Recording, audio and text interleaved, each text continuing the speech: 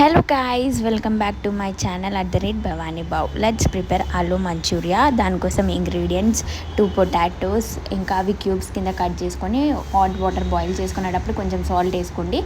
And potatoes cut చేసుకున్న cubes దాంట్లో వేసి బాయిల్ అయిందో లేదో కొంచెం బాయిల్ అయిన దాని తర్వాత తీసి పక్కకు పెట్టుకొని మొత్తం కూల్ అయిపోవాలి పొటాటోస్. అండ్ దాని తర్వాత కొంచెం కార్న్ఫ్లవర్ 2 స్పూన్స్ అండ్ మైదా, అది మొత్తం మంచిగా ఫ్రై చేసుకోండి బ్రౌనిష్ అండ్ రెడిష్ కలర్ వచ్చేదాకా.